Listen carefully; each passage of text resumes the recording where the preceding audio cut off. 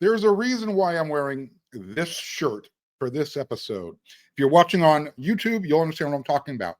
If you're listening on Locked On USC on any of those platforms, tune into YouTube so you can see the shirt I'm wearing.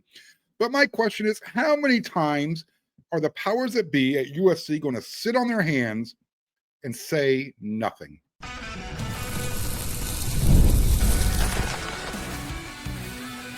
You are Locked On USC, your daily podcast on the USC Trojans, part of the Locked On Podcast Network, your team every day.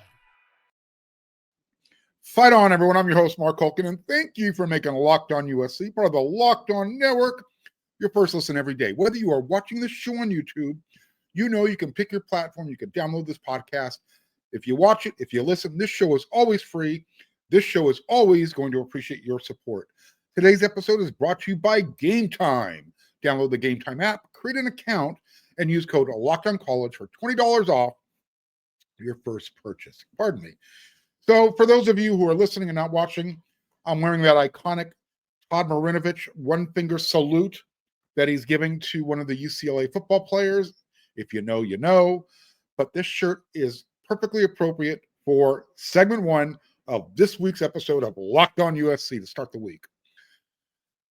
Not only does USC deserve an apology from the NCAA, however, if I'm one of the powers that be that's representing the Trojan family, then I'm also demanding every single thing back that the NCAA took away over what now looks to be like a pretty frivolous case of cheating on USC's part. USC deserves a formal apology, full stop.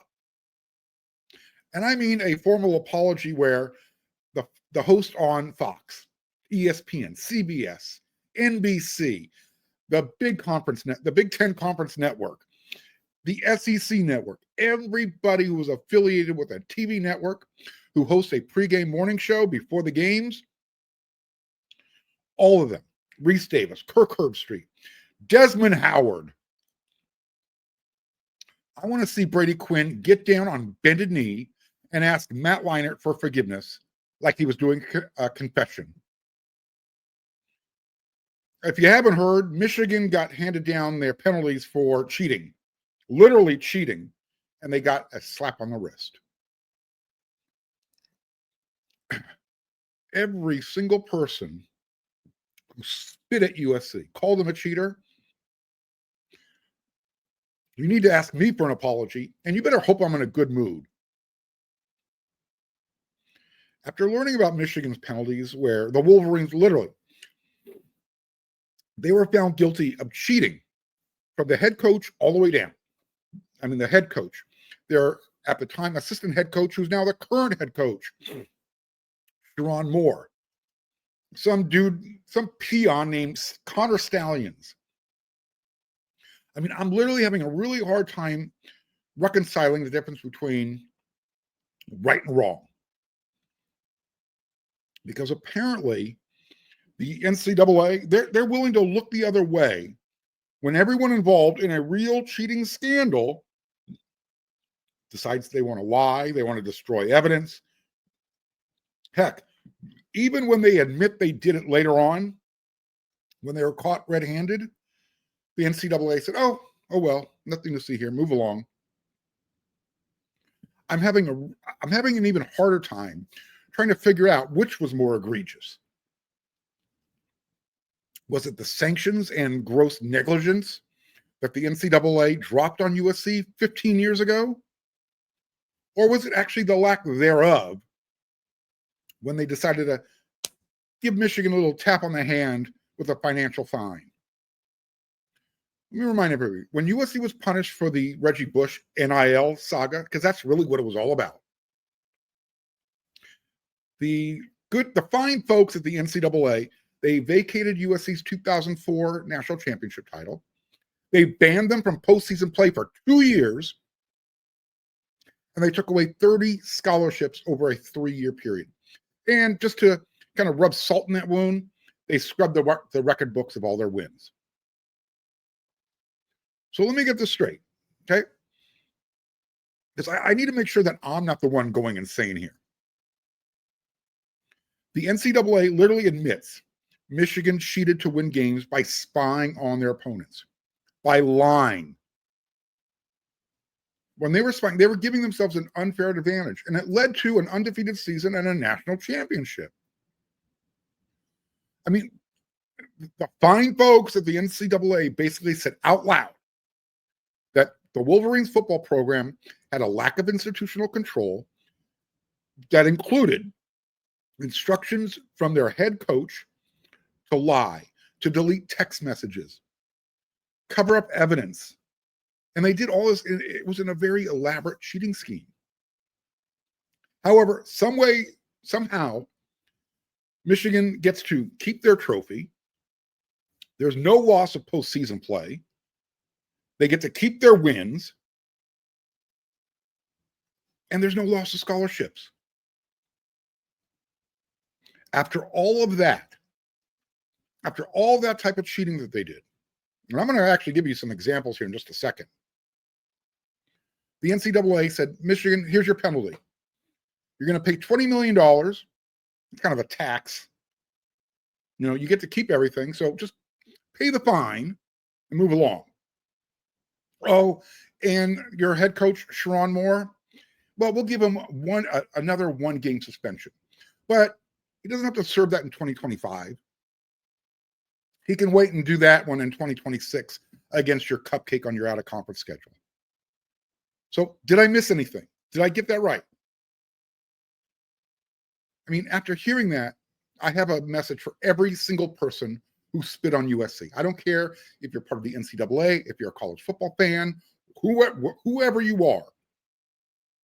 If you threw daggers at USC and called them cheaters, I have one message for you. You need to get on bended knee when I walk by and ask for forgiveness. Otherwise, you are a hypocrite. You have no morals. You have no values. Period. Remember when Jim Harbaugh said, quote, "We want to do everything by the rules. If you cheat to win, then you've already lost," end quote. Jim said that when he was the head coach of the San Francisco 49ers before he took over the Michigan job. That cheater in charge at the time, well, he's now the head coach of the LA Chargers. The NCAA gave him a 10-year show cause, knowing good and well he's never coming back to the college game. So in other words, it was kind of just like, we're going to do this, but who cares? So let me just quote the great Clay Helton. Remember when he said, "So what, now what?" It's kind of where we're at. Look, I'm not sure when a culture of cheating and lying became acceptable in college, in life. However, the NCAA literally just gave a full-throated endorsement to the idea. I mean, if you're a student athlete, or let's say you're USC's athletic director, Jen Cohen, there's really no other way to interpret the penalties when the fine folks at the NCAA said it's okay if you lie repeatedly, that it's okay to damage evidence and fail to cooperate.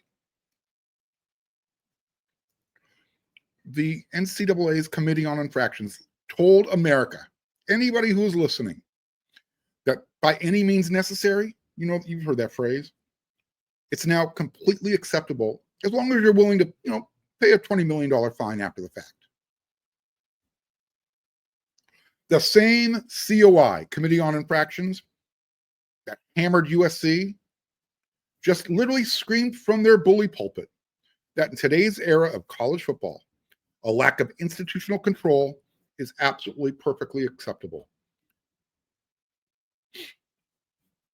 I mean, the COI, the report itself was harsher than the actual punishment. I mean, if you read through, I think it's like a 74-page document, read through it. And you're going to find some really damning stuff. Here's just a sampling of what the Committee on Infractions found. Quote, "There was a clear, sophisticated, and well-resourced operation in place to skirt a rule, all aimed at gaining an advantage over competitors. That alone contradicts the principles of honesty, fair play, and sportsmanship. Jim Harbaugh ran a program that was largely dismissive of rules compliance. There was little, if any, emphasis on following the rules. To the contrary, his program saw compliance as the enemy, made their own decisions regarding interpreting the rules to their benefit, or outright committed rules violations. Fast forward, flip to page 31. The scope and scale of Stallion's failure to cooperate is one of the more significant and serious failures the COI has seen. Flip to page 53. Stallions destroyed, removed, or otherwise failed to produce information and materials pertinent to the investigation. He also provided false or misleading information during the investigation and encouraged at least one student athlete to do the same. I should also remind you that Sharon Moore, their head coach, admitted to deleting text messages because of the situation at hand. And what does he get? He gets rewarded to be their head coach. Even Michigan said, who cares? I mean, you always talk about what a Michigan man is. Yeah, let's not get into that. I mean, a reporter asked Jim Harbaugh about the whole situation after the Wolverines won their national championship game in Houston 2 years ago. And he just went off with this total BS. Well, we're just really good. We earned it on the field, yada, yada, yada. Look, I have no idea what it means to be a Michigan man, whatever Bo Schembechler was teaching his guys back in the day. But the NCAA literally just put their Michigan kids, they put them in a 30-second timeout. And then they said, all right, you've been bad long enough. Go outside, play with your friends. No harm, no foul. As long as you recognize you made a mistake. And here you have all the people affiliated with Michigan, all the Michigan men, their fans. They're actually celebrating their illegitimate national championship, and they're the ones who are acting like the victims. Like, how dare the NCAA come after us? I have 3 words for everyone. The Michigan men, the NCAA, the fans across college football. I don't care. We use the F word around here a lot, usually as it relates to recruiting. F stands for fluid. Well, this time the F word really means the F word. Go fornicate yourself. I never want to hear someone from the NCAA talk about the virtues of doing things the right way ever again, or that high-profile players deserve high-profile compliance. Remember that? Remember that from Paul D? What I want from USC is for them just to, say enough is enough. We're going to put our banner, our 2004 national championship, back up. We're going to put all those wins back in the record books. And then we're going to give a couple of one-finger victory salutes to anyone who asks why they're doing it. So if the NCAA comes a knocking, hey, how come you're doing that? You're not supposed to be doing that. Let them know how you feel. And then when you're done telling them how you feel, and again, nonverbal language, one-finger salute, you know which finger to drop here. Tell the NCAA that you demand a formal official letter of an apology. I mean, what are they going to do? Fine you? Put the wins back in the record book.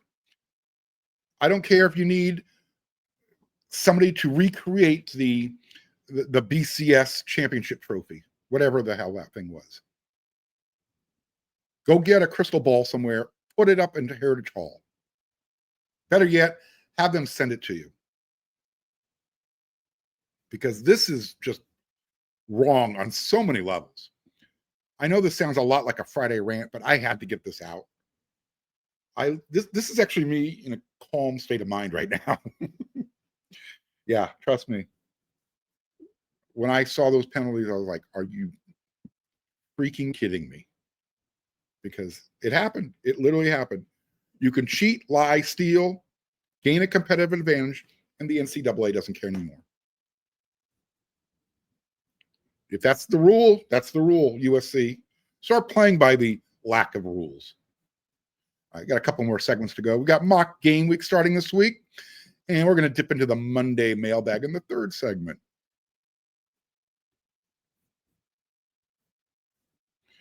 When I'm on top of my hydration, I notice everything works better. My energy, my mood, my focus, even my skin. But getting enough fluids every day isn't always easy for everyone. But check it out. I found something that makes it easy for everyone. It's called Drip Drop. Drip Drop is doctor developed and scientifically proven for fast hydration. It uses the perfect balance of sodium electrolytes and glucose to help your body absorb fluids quickly, delivering 3 times the electrolytes and half the sugar of the leading sports drink. I already drink a lot of water every day, so staying hydrated is natural. It's easy for me. Now it tastes good too. I just grabbed one of my favorite flavor powders, open the pouch, pour it in, mix, drink. It's that simple. It's that easy. Right now, Drip Drop is offering Locked On listeners 20% off your first order. Just head to dripdrop.com and use promo code LOCKEDONCollege. That's dripdrop.com, promo code LOCKEDONCollege for 20% off.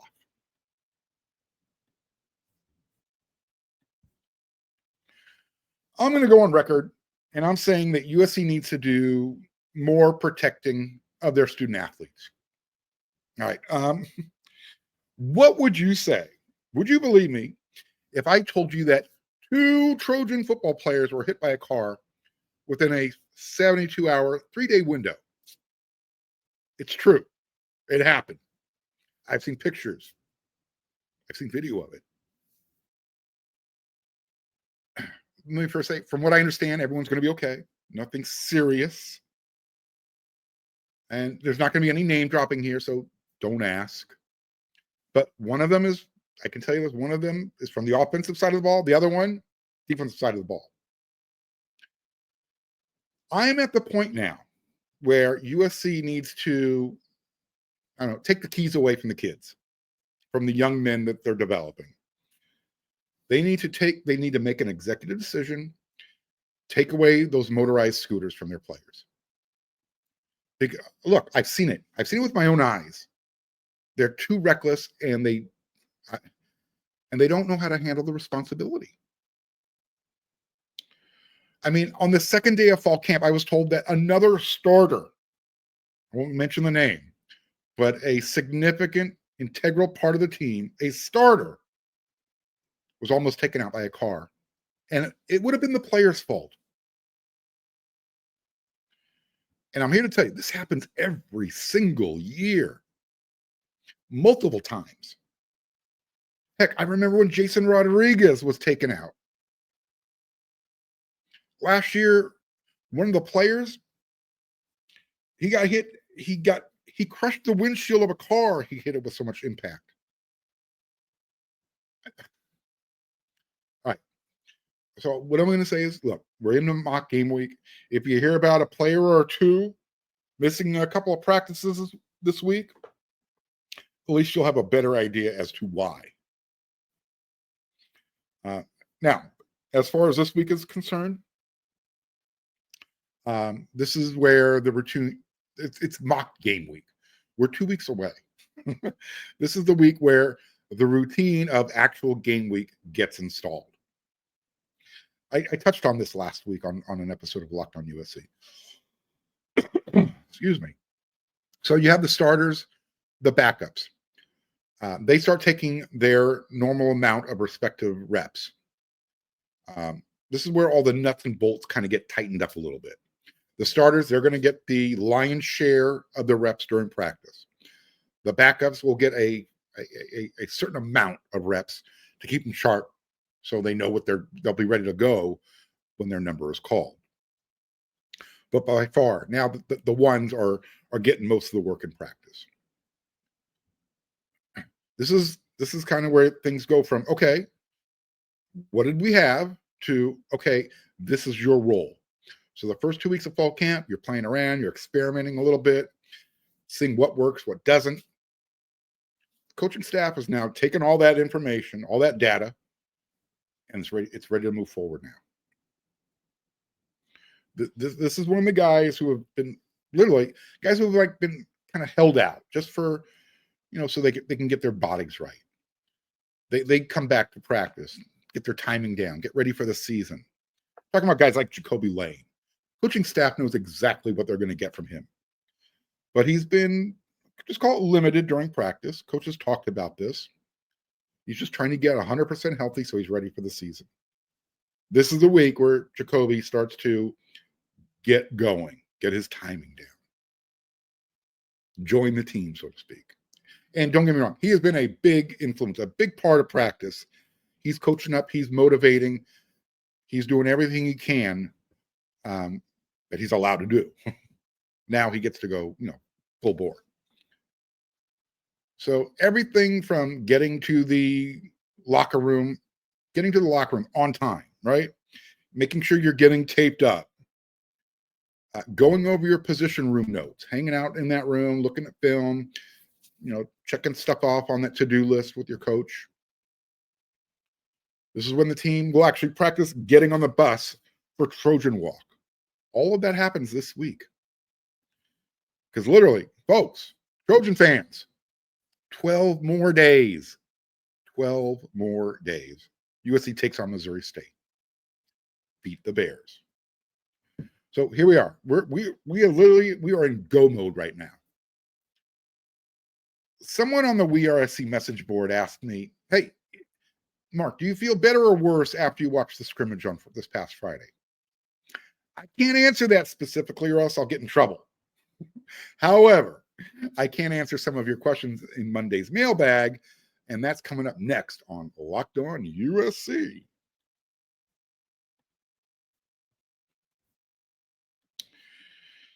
Have you ever decided, last minute, hey, I've got this urge, let's go to a ball game. Hey, you call up your friends, maybe a family member. Let's go to the Dodger game. Maybe it's game day, and suddenly you realize, hey, you want to be in the stands. That's exactly where Game Time comes in. It's the easiest way to grab last-minute tickets without the stress. Trust me, use Game Time. Don't use your friends, or who you thought was a friend. With the money you save on tickets, you can splurge on food, drinks, merchandise. You might even make it a bigger group. Game Time makes it possible. Game Time makes buying tickets fast and simple. In fact, prices on the app will actually drop the closer you get to the first pitch. And they've got these incredible last-minute deals, clear seat views, and a lowest price guarantee that takes the worry out of buying tickets. Game Time is the official ticketing partner of Locked On Major League Baseball, making it easy to browse the app for an exciting upcoming Major League Baseball game. Dodgers, Padres, hey, fans of those two teams. Next weekend, they're down in San Diego. Get your tickets. Seat views right in the app before you buy so you know exactly where you'll be. Game Time is 100% reliable, even more so than your friends, as I mentioned. Take the guesswork out of buying tickets with Game Time. Download the Game Time app. Create an account and use code LOCKEDONCollege for $20 off your first purchase. Terms apply. Again, create an account. Redeem the code LOCKEDONCOLLEGE for $20 off. Download the Game Time app today. Last minute tickets, lowest price guaranteed.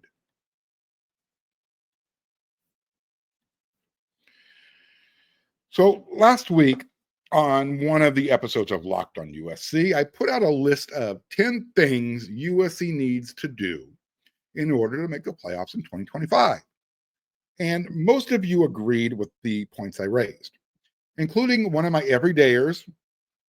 I believe it's a he, goes by the name Herkimer T, Herkamer, the letter T, who literally, he hates it whenever I point out things about Lincoln Riley. He says, Mark, you're funny, common sense. You're right with your 10. The order might not be correct, but as always, you had to take a shot at Riley. Leave him alone. All right. Color me confused, Herkimer. How can I be right with the 10, but at the same time, in your words, be taking a shot at Coach Riley? One of my 10 was Coach needs to improve on his play calling and clock management that were off last year. I went over that. I gave you my examples. Didn't even bring up, the timeouts that he puts in his back pocket that he thinks he can carry over into the next half or to the next game. Let me say it again. Okay. I like Lincoln Riley. I'm rooting for Coach Riley to be the best damn head coach he could possibly be. I love his personality. He and I are very similar. However, that does not excuse him from constructive criticism. I mean, look, if anybody, not just Herkimer, if anybody needs 100% positivity, I'm telling you, there are enough superfan shows out there who are posing as the media that you can go hang out with. That's not what this show is about. I call balls and strikes evenly. I can be a homer one day, and I can be that umpire you hate the next day. And that's okay. Doesn't mean I don't like Riley. So I can't be right and wrong at the same time. Just trying to drive that point home. From Aaron Domingo, 9637. Hey, Mark, I just bought tickets to the Georgia Southern game, and it'll be my first game at the Coliseum. What pregame activities can I expect, and how early should I get there? Thanks. Well, let me tell you something, Aaron. If you want to soak it all in, I suggest getting there as early as possible. So if it's a 4:30 p.m. kickoff, I don't know, get there at 10 a.m. Look, like I said, once you get on campus, get on campus. That's the first place you start. Go check out the bookstore. Buy a hat or something. Then you're very close to Heritage Hall. Just head on over there. It's probably about 100 yards away. That's where all the history is held. All the Heisman trophies, all the national championships, all those trophies. Go check it out. The Wild Bunch statue is right in front of Heritage Hall. Get your picture taken in front of that. From there, literally from Heritage Hall, when you step outside, you can see the new Bloom Football Performance Center, how big it is, how massive it is, where USC practices on Howard Jones Field. Check that out. The band, they'll do their pregame concert on campus before they start the march over. Make sure you see that. Then head on over to Trojan Walk. Before you cross the street, make sure you kick the flagpole.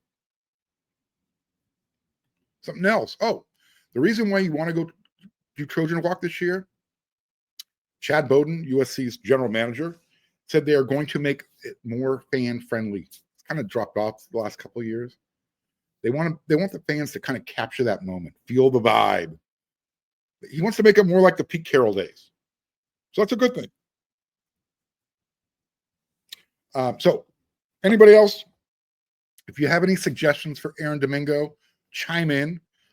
Look, there's lots of things you can do. I'm just giving you kind of the basics. And if you get to campus early enough and you want to hang out, let me know. I'll tell you where my tailgate is, and you can come hang out for a little bit, watching games or whatever. We'll feed you. This next comment is from Fishhook1238. There's a lot of truth to what he says. So he says, Mark, things were worse than we were told when Lincoln Riley arrived here. There were little to no support staff, old, small shared facilities. They were behind in NIL and recruiting. Our coaching staff was weak. So many problems in so many areas, and there was basically no investment into the football program itself. It is night and day today with all the changes to correct the football program. USC is well positioned now moving forward for success. We now have all the things in place that all the big schools in college football have. USC finally put their house in order. You're right, Aaron. You're right, Fishhook. This is why I've been saying in 2025, 9-3 is the worst they can go. Right? I'm not willing to accept 8-4. I mean, I'll accept it, but there has to be some context behind 8-4. In other words, lots of injuries. Stuff had to have happened. Say, all right, you get an excuse for that. So while I agree with the general premise, what I would say is, look, the transfer portal should have been that counterbalance for some of what Good Riley inherited. But everything you said is correct. But that doesn't excuse going from 11-3, 8-5 to 7-6. Because a lot of the stuff you talked about was being put in place over the last couple of years. I got a message from Will on Instagram who wants to know about USC special teams. Mark, are the punters and kickers looking? How are the punters and kickers looking? Do we expect significant improvement this year at the kicking position? They obviously won't be Eddie Traplisky, but I'm curious. Look, being the guy to follow a Ray Guy award winner it's tough. You don't want to be that guy. All right, enough playing words. Sam Johnson is the punter. They brought him in from Valparaiso. He's the front runner for the punting job. Will Weisberg, Ray Sanchez, those guys are also competing. And then you also have Ryan Sayre. He can also punt. Case Shittington, look, if he's healthy, he's going to be the place kicker. From my understanding, he's not done anything yet this fall camp, at least in front of the media. He's rehabbing something. At the scrimmage, I guess I can tell you this. Ryan Sayre, I don't think I'll get in trouble for this. He handled the kickoff duties during the scrimmage. But literally, that's as much as I can say. I'm under a gag order.